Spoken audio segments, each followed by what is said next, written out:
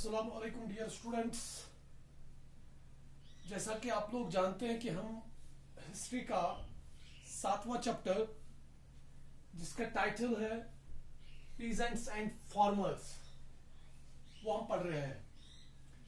इसमें हमने ऑलरेडी बहुत सारे सब टॉपिक्स को क्लियर किया हुआ है। जैसे मैंने आपको प्रीवियस टाइम पे ये बताया था कि ये जो पीजेंट्स और फार्मर्स हैं ये अलग अलग तरीकों से ये एक्सप्लॉइट किए जाते थे। सबसे पहले ये कभी नेचर भी इनको कभी सताती है, कभी ये बिग लैंड लॉर्ड्स से और कभी ये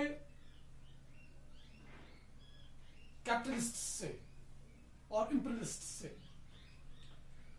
तो साथ साथ में मैंने आपको यह भी बताया था कि इनकी एक्सप्लॉइटेशन की शुरुआत जो हुई वो इंग्लैंड से हुई। वो हमने पढ़ लिया कि इंग्लैंड में इनके साथ किस किस्म की एक्सप्लॉइटेशन हुई। तो उसके बाद हमने यूएसए में पीजेंट्स और फार्मर्स के साथ किस किस्म की एक्सप्लॉइटेशन हुई वो भी हमने लास्ट टाइम पढ़ा है। तो आज हम देखेंगे कि इंडिया में पीजेंट्स और फार्मर्स के साथ किस किस्म की एक्सप्लॉइटेशन हुई।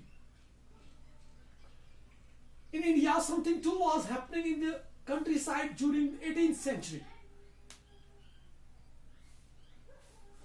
18वीं सदी के दौरान हिंदुस्तान में भी ऐसा कुछ हो रहा था जिस चीज की वजह से पीजेंट्स और फार्मर जो है वो एक्सप्लॉइट हो रहे थे। जहां तक रूरल इंडिया की बात है वो they were producing a good number of crops for the world market. उस 18th सेंचुरी में हिंदुस्तान के रूरल एरियाज की जो पॉपुलेशन थी ये मार्केट की जो डिमांड थी उस टाइम पे ये उसको बहुत हद तक फुलफिल कर रही थी, जिसमें से डिफरेंट किस्म के क्रॉप्स थे। लेकिन in the early 19th century 19वीं सदी की शुरुआत में ही indigo and opium were two major crops for the world market.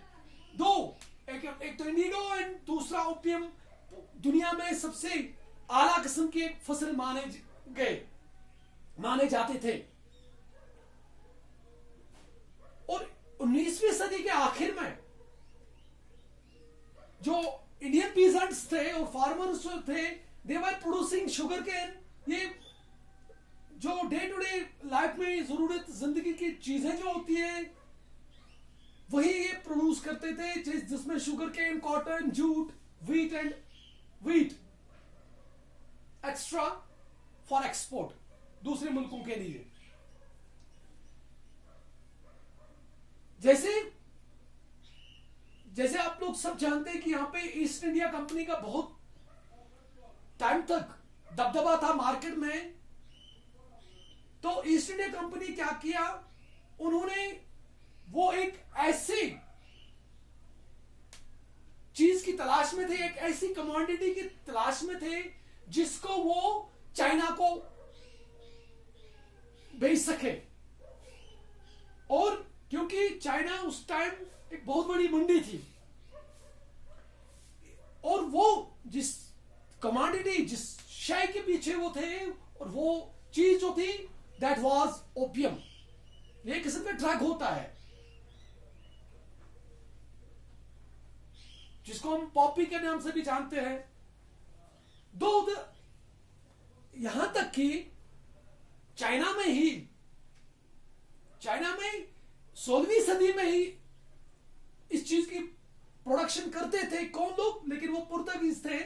वो इस चीज को उगाते थे वहां पे और ऐसा करने से चाइनीज लोग जो थे ये इसके ऑलरेडी एडिक्ट हो चुके थे। तो इस सिलसिले में अब आपको यहां पे समझना है कि कहां पे इंडिया में पीजेंट्स और फार्मर्स के साथ एक्सप्लॉयटेशन हुई। यहां पे the British government made India and opium cultivating place. तो क्योंकि उन्होंने इंडिया पे रूल कर रहे थे, Britishers were ruling the whole country, तो they made India as a place for cultivation of opium. उन्होंने ओपियम प्रोडक्शन के लिए हिंदुस्तान को ही चुना। तो इस तरह से जो यहां के पीजेंट्स थे, they were forced to cultivate opium. तो इस सिलसिले में उनको कभी कभी लोन्स भी प्रोवाइड किए जाते थे, लेकिन जो प्रॉफिट हुआ करता था उसके साथ उनका कोई लेना देना नहीं हुआ करता था। वो सारा प्रॉफिट जो है वो ब्रिटिशर्स ले जाते थे। तो यहां पे इंडियन पीजेंट्स और फार्मर्स के साथ एक्सप्लॉयटेशन होती थी। तो इस तरह से हमने ये जाना कि कैसे इंग्लैंड में पीजेंट्स और फार्मर्स के साथ एक्सप्लॉयटेशन हो गई, कैसे यूएसए में पीजेंट्स और फार्मर्स के साथ एक्सप्लॉयटेशन हुई, और फिर कैसे इंडिया में पीजेंट्स और फार्मर्स के साथ एक्सप्लॉयटेशन हुई। तो आज के लिए इतना ही। कल हम इस चैप्टर को और आगे लेके चलेंगे। तब तक के लिए खुदा हाफिज।